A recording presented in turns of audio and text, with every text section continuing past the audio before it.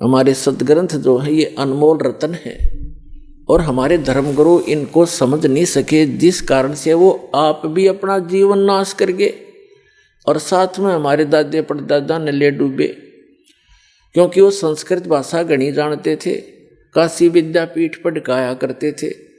आम भोली जनता ने न्यू सोच लिया ये गुरुजी बड़ी संस्कृत फटाफट बोल रहे, फराटेदार, ये बड़े विद्वान होंगे। पुण्यात्माओं, भाषा से विद्वान का कोई मेल नहीं है। मान लीजिए कोई एक भाषा में विद्वान है, इंग्लिश खूब बोलता है, उसने पंजाबी ना आती, बताओ क्या फेल हो, तो विद्वान कहाँ रहा फिर? तो विद्वान वो है, भाषा उसकी जैसी है, लेकिन ज्ञान कंप्लीट हो उसको, स्पिरिचुअल नॉलेज, वो विद्वान होता है। और भाषा का काम तो अपने विचारों को दूसरे तक पहुंचाने का होता है। अब जैसे कई कहते हैं भाई प्रोनाउंसिएशन ठीक नहीं, ऐसा ठीक नहीं, वैसा ठीक नहीं आपके गुरुजी का, ये तो बकवादी आदमियों की बात होती है। ये तो वो व्यक्ति सोचते हैं जिनका पूर्व जन्म का संस्कार ठीक है, ज्ञान से परिचित नहीं, क्योंकि ज्ञान से परिचित प्राणी ये बकवाद नहीं बोला करता है। अब जैसे किसी का रोग है और वैद्य है बहुत अच्छा, वो किसी भी भाषा में दवाई बताता, वो कंसंट्रेट माइंड से सुनता है, अच्छा जी ऐसे खा लूंगा ठीक हो जाएगा, ऐसे हो जाएगा, खा ले, ऐसे, चाहे वो किसी भाषा में बोल रहा है तो समझ जाता है, यानी उसका प्रोनाउंसिएशन उसका कैसा भी है चाहे।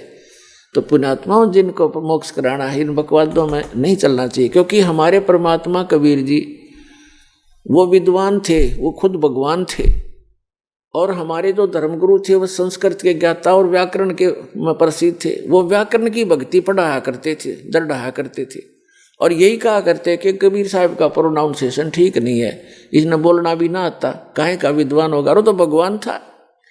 वो यही भ्रम दूर करने के लिए आए थे कि इन बकवादों से भगवान का कोई लिंक नहीं है, कोई मेल नहीं है।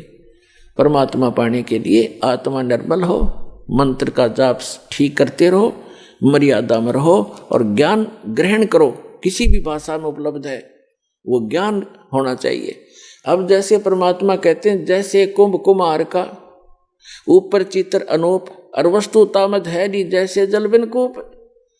एक बहुत सुंदर घड़ा मटका रखा है जग मिट्टी का, और उसके ऊपर बढ़िया चित्रकारी कर रखी है, और वस्तु उसमें है नहीं। और एक सिंपल सा घड़ा,